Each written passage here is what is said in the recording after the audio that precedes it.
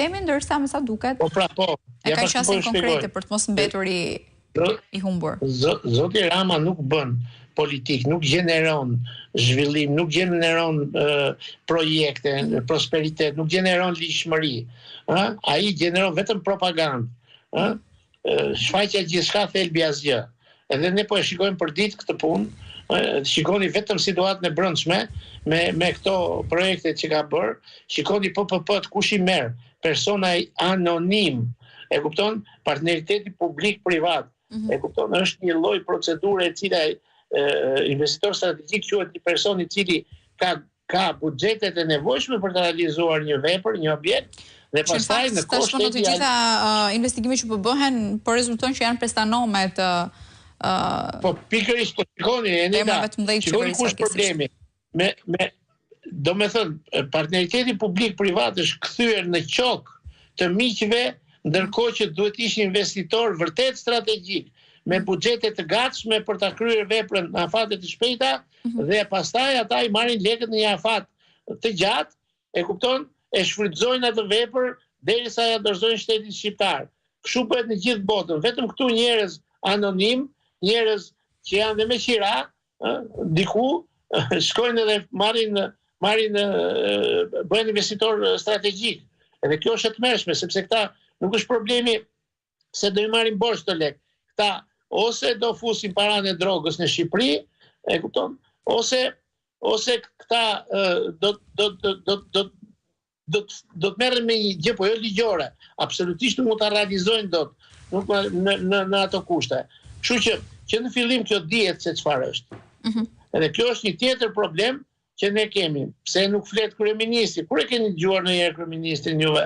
Kryeministri ka arritur dënon gazetarët me riedukim, u heq drejt në fjalës, pse i bëjnë pyetje të cilat nuk i pëlqejnë.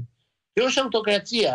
Dhe sigurisht ai e ndjen veten të fortë dhe zaten autokratët ndjen të fortë deri 10 minuta para se janë në karrige, edhe drejtojnë, por pastaj vjen koha e llogaridhënies, sepse këto procedura nuk kanë nevojë, dhe një person që s'ka formimin juridik, merr një rast në llogaras, që ky është në bashkëpunim me zonjën Balluku, janë çështje të cilat nuk duan shumë hetim, nuk duan shumë logjik juridike.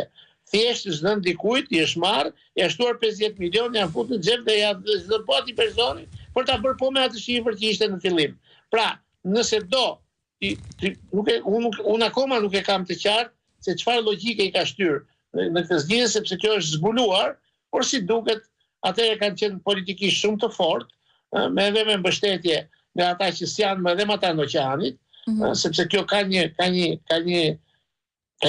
shpjegim kjo histori, që të veprosh në një mënyrë të tillë, sepse është ashiqare, nuk ka ku të shkojë. Shikoni edhe për rastin Balluku, keni dëgjuar juve kryeministrin të dalë mirë këtë, se këtë ka personale me Beketin këtë e din të gjithë. Dakor, për këtë nuk është ndier. Ka bërë dhe ankimi humbet, por nuk është vetëm 110 milion në ida. Janë shpenzime gjyqësore që janë një llog më mirë financiare në dëm të shtetit shqiptar. Merrni rastin e Ballukut. Keni dëgjuar juve ose kryeministrin ose zonjën Ballukut të flas për thelbin e çështjes, po flitet jo është antikushtetuese, GKK-ja s'ka të drejtë, se s'pas ka GKK-ja dhe s'paku të drejtë të merren me ministrat. Po kush ka të drejtë të merret me këto? Dakor? Një ent artistik, Galeria e Arteve, kush merret me këtë punë? A kupton? A keni dëgjuar ndonjëherë të thonë që në llogaran nuk është vjedhur?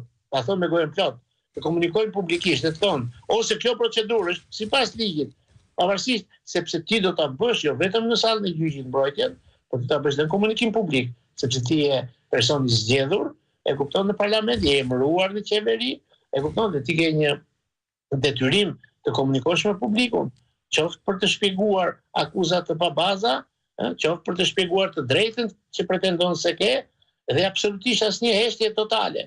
Ndërkohë që parat rrjedhin pikërisht nga këta, domethënë, këta janë me gojë mbyllur dhe me duar plot.